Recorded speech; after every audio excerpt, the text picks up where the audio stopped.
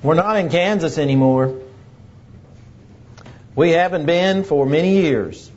Last Sunday morning we started this series of lessons from Acts chapter 17. Paul's Sermon on Mars Hill, as we typically call it.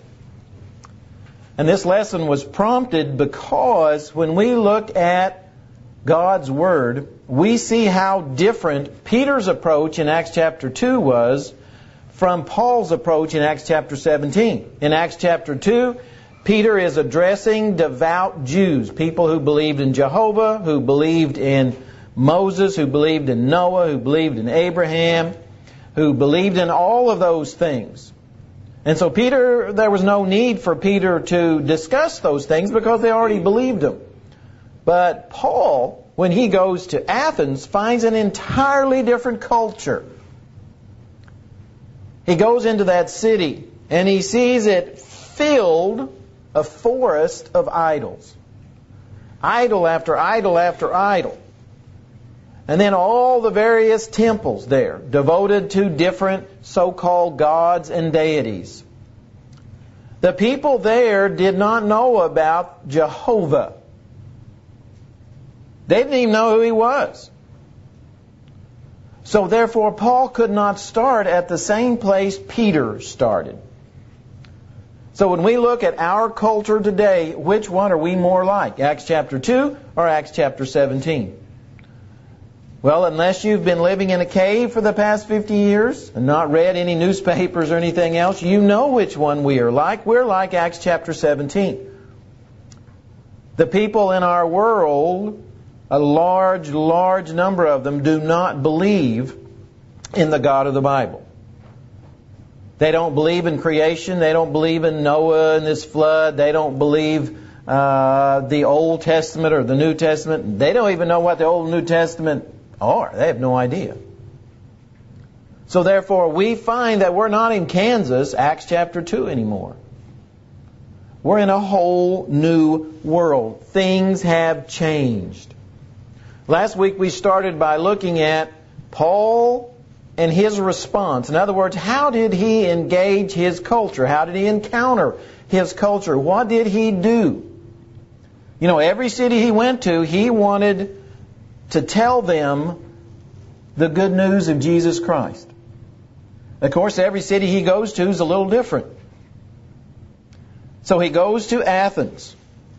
And we see, and we saw last Sunday morning, the first thing that we notice from his response, from what he sees and what he does and what he talks about, is that one must have the proper attitude. One must have the proper attitude. We'll go back and read those first few verses just to familiarize ourselves again with Paul and what he sees and does there. In Acts chapter 17, beginning in verse 16. Now while Paul waited for them at Athens, his spirit was provoked within him when he saw that the city was given over to idols. Therefore he reasoned in the synagogue with the Jews and with the Gentile worshippers, and in the marketplace daily with those who happened to be there. Then certain Epicurean and Stoic philosophers encountered him, and some said, "What does this babbler want to say?" Others said, "He seems to be a proclaimer of foreign gods because he preached to them Jesus and the resurrection." And they took him and brought him to the Areopagus, saying, "May we know what this new doctrine is of which you speak? For you are bringing some strange things to our ears. Therefore we want to know what these things mean."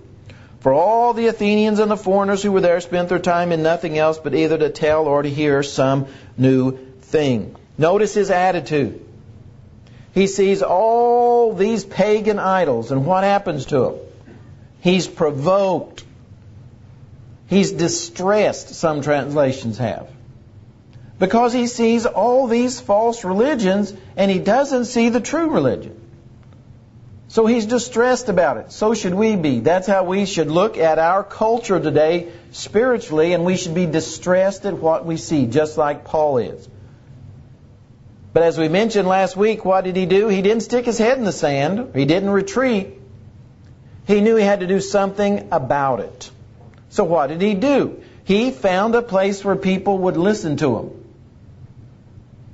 So he went out to the marketplace. That's where most of the people would be. And that's where he started to engage them, right there where they were. And what did he do? He reasoned with them. He reasoned with them. And when we go into the world, we need to have that same spirit and attitude. We need to reason with people. What we believe is reasonable. Reason and faith are not contradictory. They go hand in hand. And that's what we need to get across to people. Some of the philosophers did what? They mocked him. They mocked him. Christians that go to secular colleges today, they're mocked. You believe in the Bible? Well, how backward and ignorant are you? You believe in creation? Well, how stupid are you? And on and on. People are going to mock and ridicule us just like they did Paul. But Paul didn't stop when people ridiculed him. He went right on. That's the spirit that we need to have. And so when he was brought to this place by the Athenians, he says, here is my opportunity. So he started with the proper attitude. Now, number 2, we need to have a knowledge of our culture. That's the next thing that's absolutely essential for us to tell people. The good news is we have to know the people. We have to know our culture.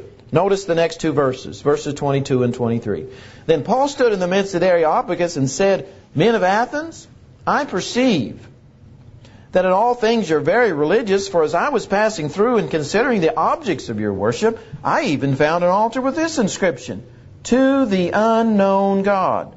Therefore, the one whom you worship without knowing, him I proclaim to you. What does Paul do? He acknowledges their religious devotion.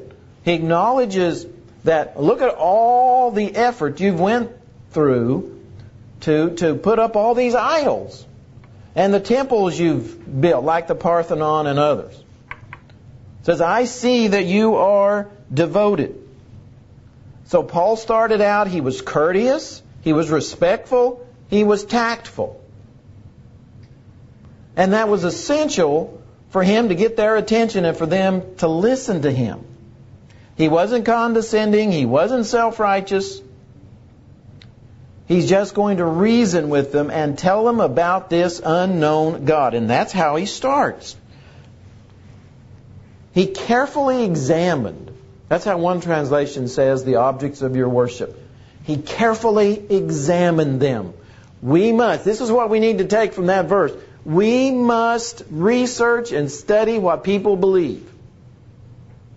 We have to do that. Or we're not going to be able to engage with people. We're not going to be able to talk with people if we don't know what they believe.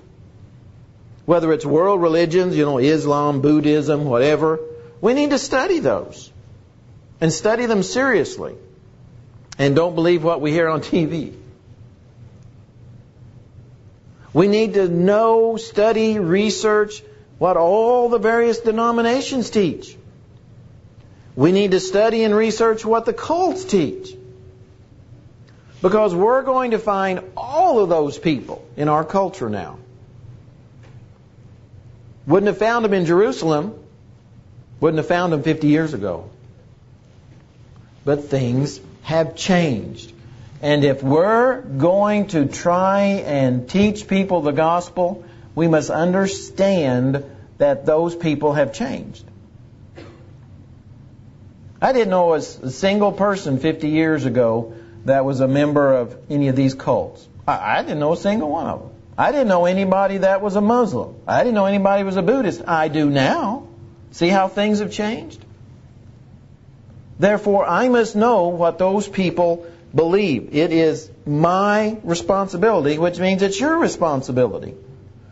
When we meet somebody that's a Muslim, when we meet somebody that is this religion or that religion, we must know what they believe so we can talk with them.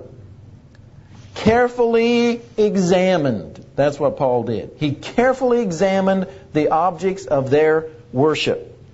And so what does he do? He uses their objects of worship as a place to transition. He says, look, I see you've got this idol, this statue.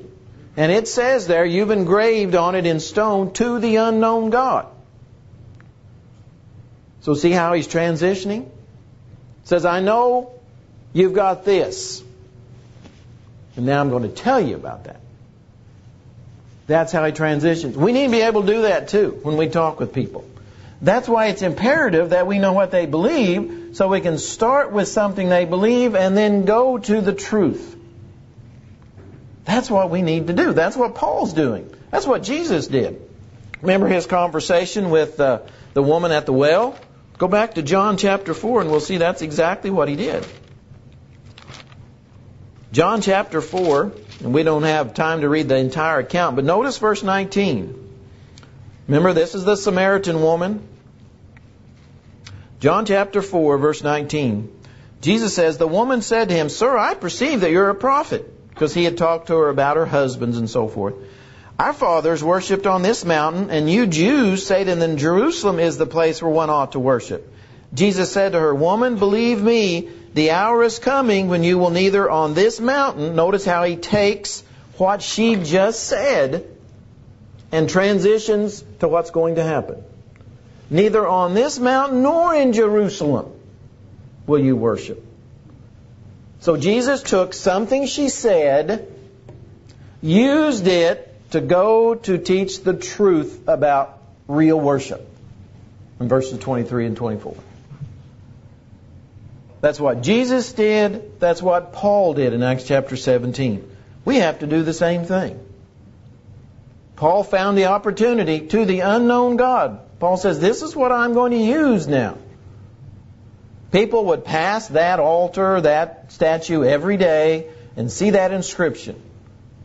So Paul said, this idol or this phrase to the unknown God that you see every day, says, I'm going to tell you about the true God, the real God, the only one that's worthy of worship. He says, that's the one I'm going to tell you about right now.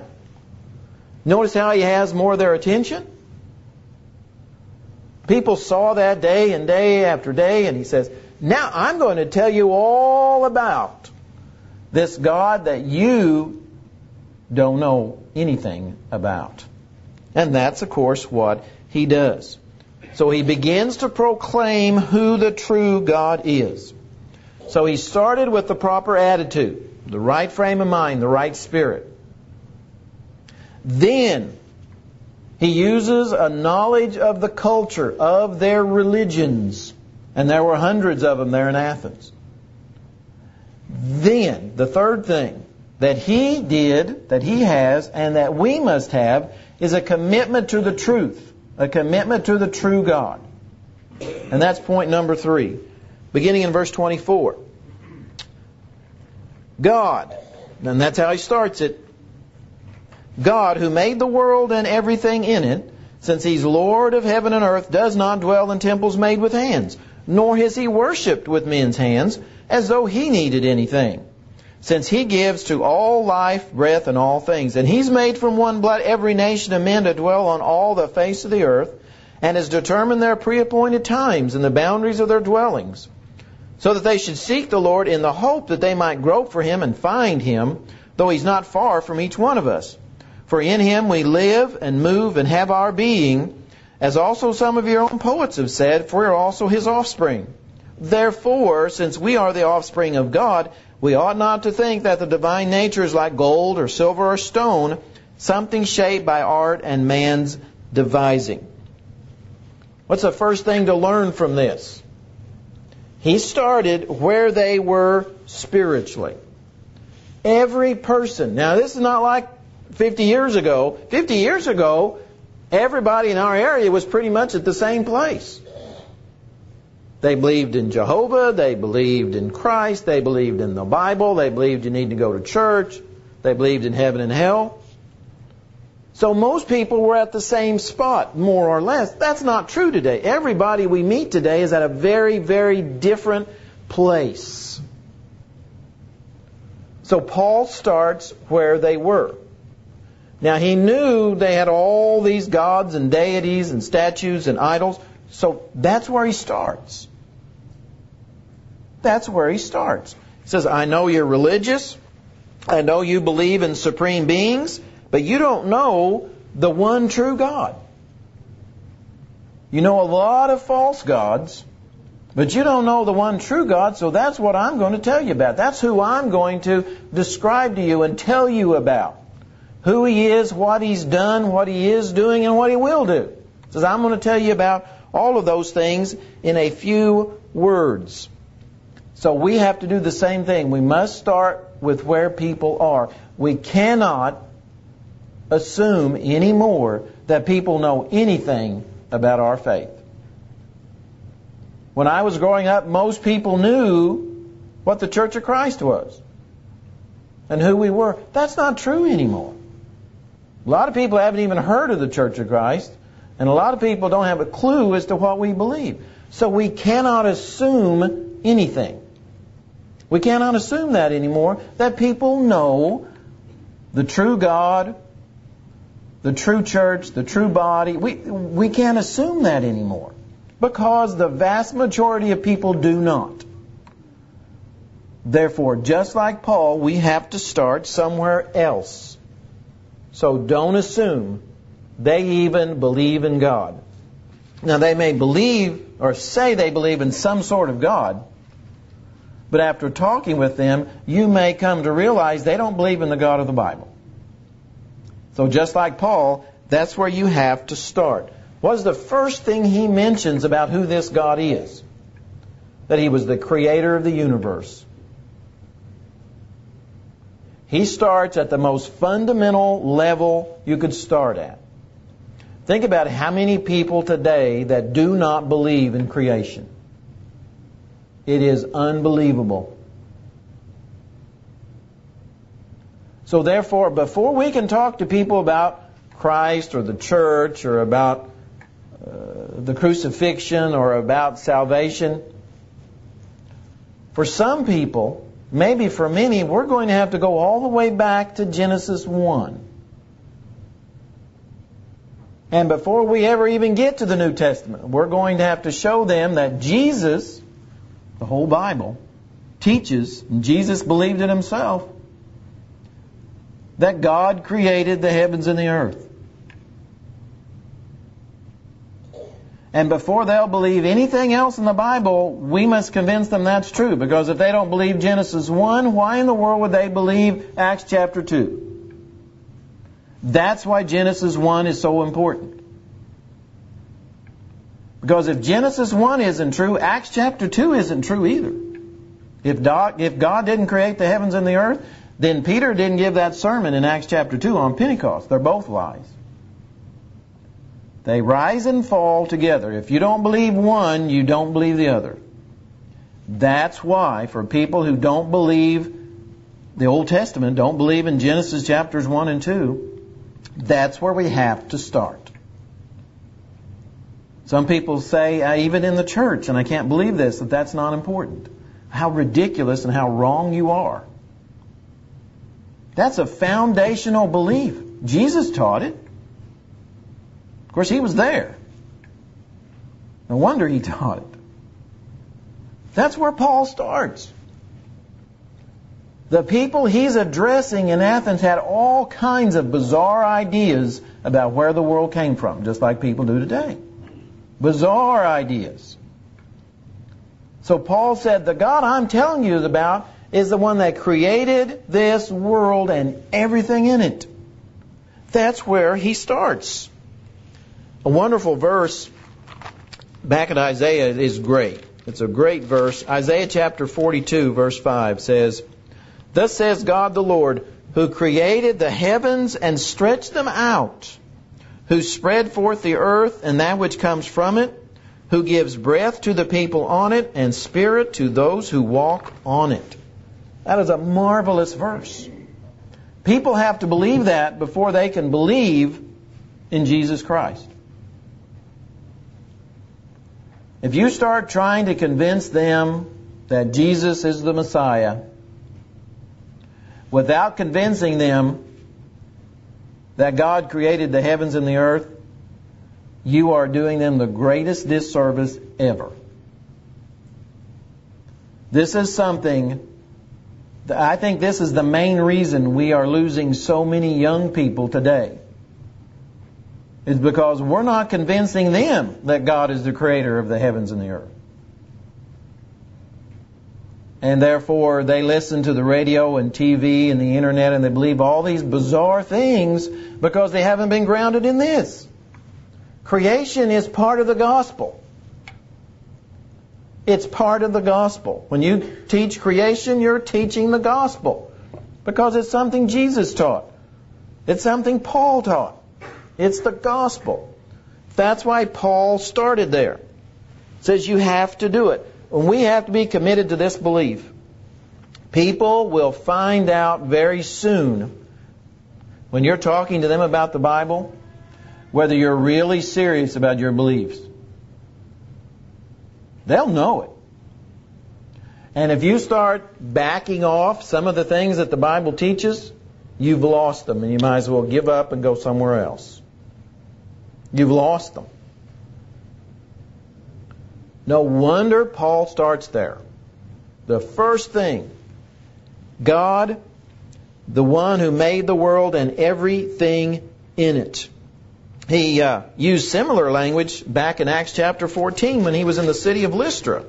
Acts chapter 14, beginning in verse 11, he says, "Now when the people saw what Paul had done, he'd done this miracle, raised this guy up, they raised their voices saying in the Lycaonian language, 'The gods have come down to us in the likeness of men.'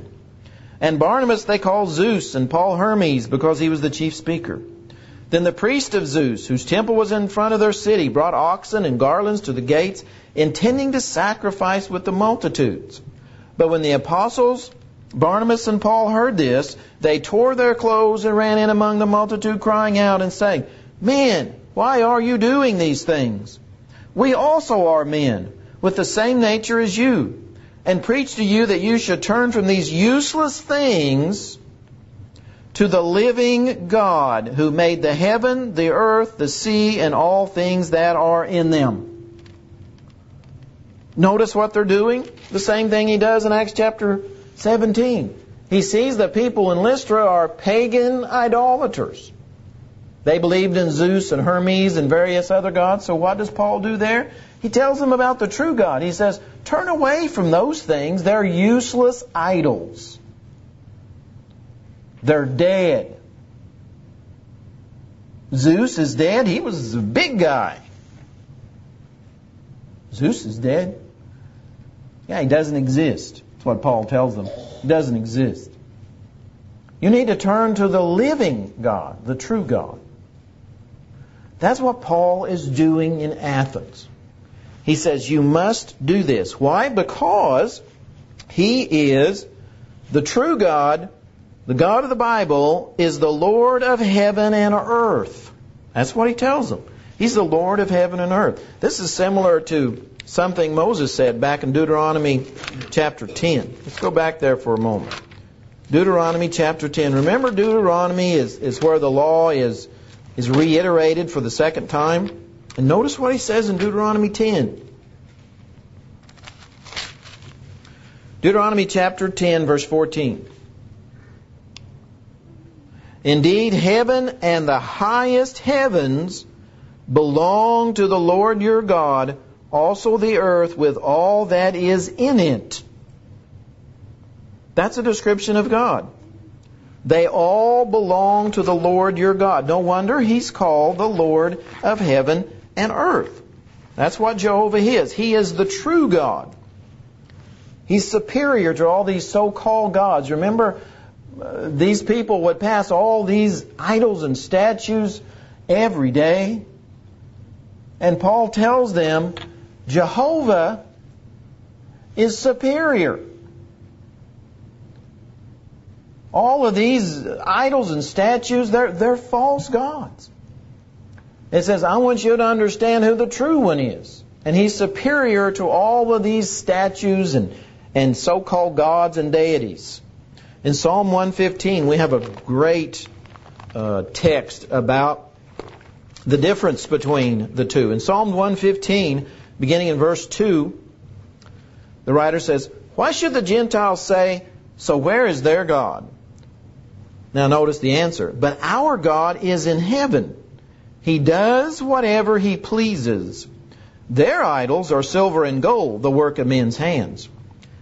They have mouths, but they do not speak. Eyes they have, but they do not see. They have ears, but they do not hear. Noses they have, but they do not smell. They have hands, but they do not handle. Feet they have, but they do not walk. Nor do they mutter through their throat. Those who make them are like them. So is everyone who trusts in them. The writer is saying just what Paul is saying. Look at these idols. You've made them with mouths. They don't move. They don't speak or eat.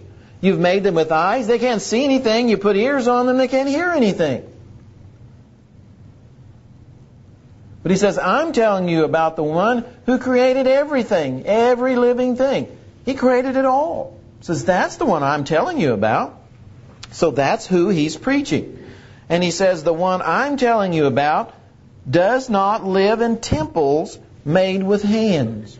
Remember where Paul is? On Mars Hill, the Areopagus, there in Athens. He just points over there. Look at the Parthenon.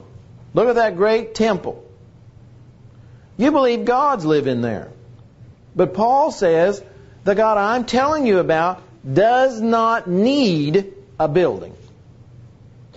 He goes on and later in the sermon and tells them why he doesn't need a building. But first of all, he says, there's no need for that. The God I'm telling you about does not dwell in temples made by hands. He needs nothing from man. Jehovah doesn't need anything from us. We need everything from Him, but He doesn't need anything from us. Now, last thing I want to mention here is that Paul does not water down the truth. Unfortunately, we have so many, even in the Lord's church, who want to water down the truth. Paul doesn't do that. He teaches us a great lesson here. Now remember, it came from Thessalonica, it came from Berea, and what happened? He had been basically told to get out or we're going to kill you. He comes to Athens, and what does he do? Says the same thing. See, he doesn't change his message just because people don't like it or it might be dangerous.